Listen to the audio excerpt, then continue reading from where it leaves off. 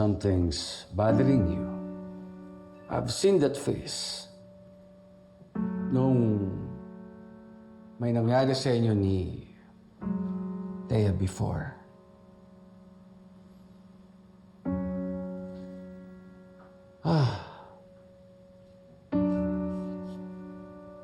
So tell me.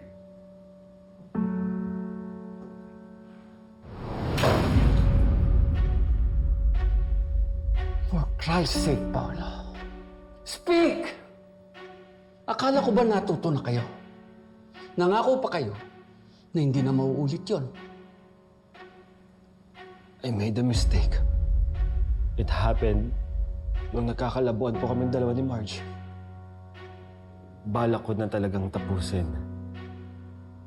Kaya lang Ano? Kaya lang po nung huling beses namin ni Thea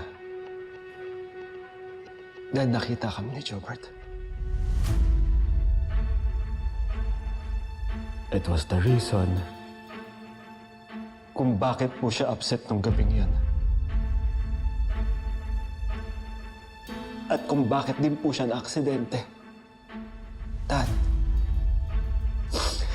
I'm sorry. I'm sorry.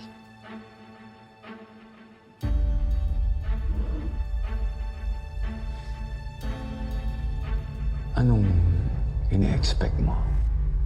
Ako na naman ang maglilinis ng kalat mo. I've had it with you, Paolo. Hindi kita pinalaki para maging palpak, kagaya ng kapatid mo.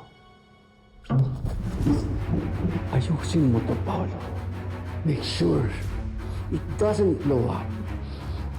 Dahil kung hindi, masisira ang pamilya natin.